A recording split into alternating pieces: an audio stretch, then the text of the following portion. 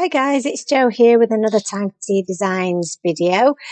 Today's video was recorded during our Thursday night crafting live with Jo, and I did make 2 cards during that session. This is the first of those cards. I've split them into 2 just to make them shorter videos for you to watch.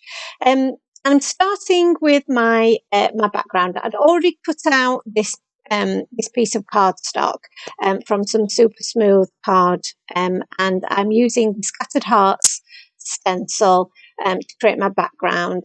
I've used 3 of my Distress Oxide inks to make a really pretty blue and green and yellow background that just looked really, really amazing once it's completed, and will make a really nice backdrop for our images. I wanted to make a summary card, so I'm using the butterfly stamp set, which I've not used for quite some time, and I'm stamping that up with my Memento Tuxedo Black ink, and that gives me a really nice impression and is alcohol marker friendly, so I can use that with my Copics, which I'm going to use now. So I'm starting with a skin. I typically start with the skin because I feel that if I'm going to mess any part of it up, it's probably this bit. So I'd rather do that first rather than spend a lot of time colouring everything in and then having to start again if I don't get the skin tone right. And I'm keeping her skin tone quite pale, but warm at the same time. So I want to make a nice summery glow to her face, and I've added a little bit of pink to her cheeks as well there.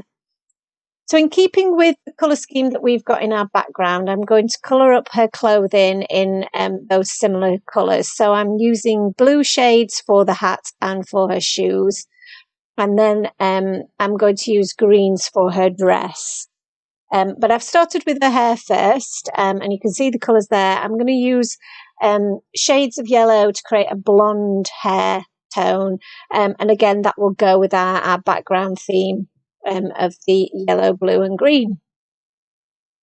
I'm using a flicking motion just to create the illusion of some hair strands, and those last flicks I won't blend in again with a lighter colour. Again, I like to see some of that definition in hair. It does give the illusion of real strands of hair.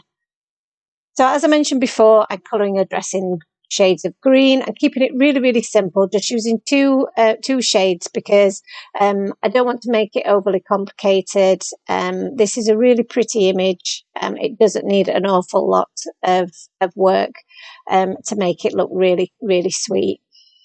So for the butterfly, again, I'm using the same shades of blue that I listed before so that everything coordinates and everything ties in really nicely together.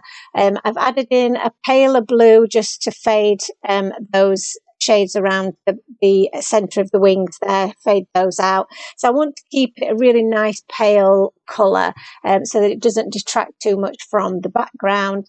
And then I coloured his body in shades of more of a blue-violet shades. Afterwards, I wish that I'd done it in the green, just so that it would have followed through with the rest of the colour scheme. But we went with it, and I still think it works.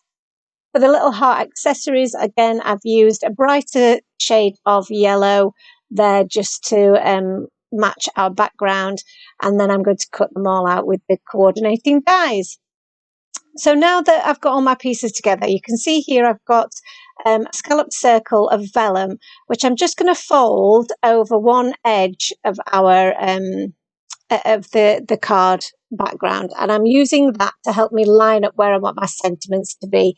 Now you can see also that I had already cut out a sentiment. So these were elements that I already had in my stash that I'd been looking for a project to use them on, and this was the perfect project for them. I've stamped out the word friend, which was from our Say Anything stamp set. And then I'm just using some of my liquid glue to add that bit of vellum to one side. That little bit of vellum will mute our background ever so slightly so that our image of our girl will stand out. I've added some foam tape for some dimension.